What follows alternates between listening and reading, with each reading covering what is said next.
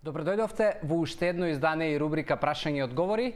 Моето име е Јосиф Дамјанов. Facebook и Instagram се социјалните мрежи на кои што најмногу ја остваруваме комуникацијата. Ќе може да ме најдете како Коуч Јосиф.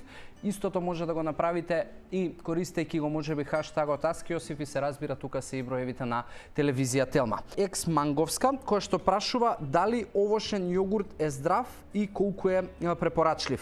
Манговска, овошниот јогурт е добар доколку можеби најдобар е да си го направиш дома, затоа што многу често овошните јогурти кои што ги гледаме по рафтови знаат да имаат и малку процесиран дел во себе, а односно тоа значи да имаат шекери кои што веќе го прават јогуртот и не толку здрав.